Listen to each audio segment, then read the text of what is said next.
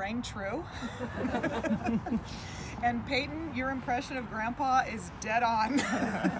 He's yelling at you while he's buying you something or doing something for you. As many of you know, my dad was incredibly intelligent, extremely generous, and very eccentric.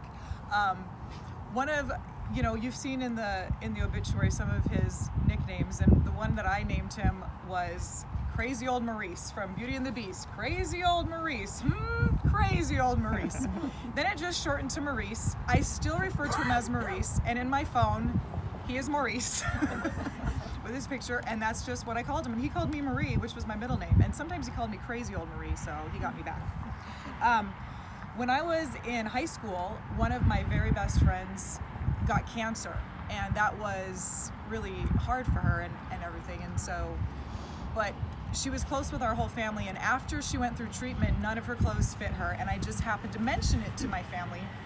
And the next time she came over, he just probably grumbled and threw her in the car and took us to the mall and forced her to pick out a whole new wardrobe that he purchased for her, which was very sweet of him. I ate the habanero in 1993 when it was only $10. I should have held out like my smarter sister and got 50. There was one day, I think it was about the Christmas of 1998, everyone went with Grammy to go visit her mother in the nursing home, and I had gone the day before, and he said, Marie, get in the car. What are we doing? We're going to spread some Christmas cheer. So he had a bag of habaneros. I know we went to the Mac's house. Megan, do you remember this? Okay. And he got his habaneros, and he had a stack of 20s, and he just had everyone eat the habanero, gave him his 20. While they're still crying, he's laughing, and he's like, all right, go and get in the truck. We're going to the next house. And we spread Christmas cheer and had about 20 kids crying, enriched by $20. And when I would tell these stories back in college, they're like, that did not happen. I'm like, yes, it did. And you guys know that did happen. When I was 20, home from college for a summer, I got a job in Westlake, and he always worked in Westlake at that time. That was 1995. And so he would come find me eating my lunch on the back porch, and he would bring me a soda, because that was very special.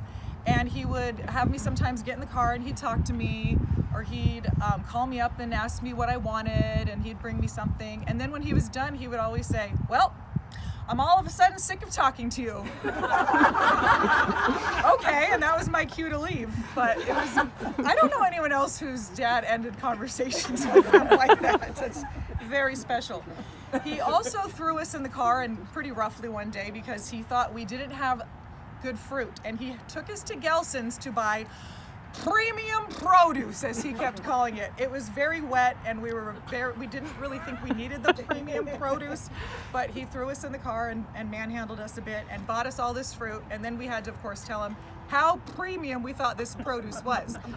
He's so obsessed with premium produce, this really embarrassed my mom. It doesn't embarrass me as much as a daughter, but we were eating lunch at Lynn Ranch Country Club. She signs the thing, her name, and he says, oh, Darlene Hilton, are you related to Ron? And she's like, oh no. What did he do? He said, I was driving the snack cart on the golf course last month. He came up and took a bite out of every single apple. Well, I knew why he did that. It wasn't premium produce. So embarrassing. I lived with my parents during the first 6 years of his retirement, and without work he had a lot of spare time to be extra and annoying. I met Saul today that told the story about working at the shop and him coming, and I thanked him so much for taking him away from home for at least 6 or 7 hours a day. And you know, he was very proud of this hat he was given by his golfing friends, and he hung it on the 4-poster bed. It said, does not play well with others. He loved that. Peyton, I know why you got the bike. You were the favorite. When you were 4, Peyton is so sweet, and he lived with the grandparents. He went up to Grandpa one day and just said, Grandpa, I'll be your friend since you don't have any. And Peyton would would sometimes tease him. Actually, I remember walking in, he might have been younger than that. He was jumping on Grandpa's belly like it was a trampoline. And he just jumped on him. I thought, oh my gosh, Peyton's life is over right now. But he allowed it. They did it every night. My dad had way more chill with you guys as grandkids than he ever did with us, for sure. And whenever you would chase Grandpa around and annoy him, when he'd had enough, he would start chasing you, and Peyton would say, "Stop, I'm your friend, I'm your friend." One of his nicknames also was Bop Bop. That was, Gavin called him Bop Bop. We lived with him when we were little. You know what, the best thing is to go live with Grandpa when you're little and you just get real tough. But he called him Bop Bop, he couldn't say Grandpa. Presley called him SpongeBob because she thought that's what Gavin said when she said Bop Bop. So that's a couple of those nicknames. But Grandpa annoyed us so bad sometimes. So I would sing this song when we got home and the truck wasn't there.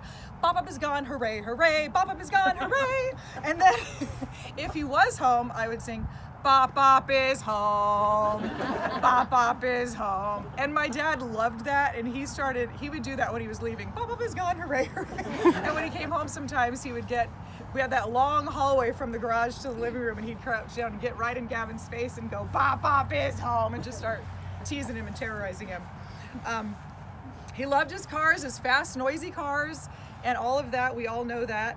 Megan and I would go for a walk. Some of our other friends in the neighborhood go for a walk with our strollers, and my dad would take that car that Saul has worked on that's not actually legal to drive, and he would just come creeping and stalking us, and then when he'd find us, he would rev his engine really loud and wake up the babies and tick everybody off. He loved that. He got so many tickets that I know at least 3 people who have done the online traffic school for him because he was not going to do it. But you got $50, so you know.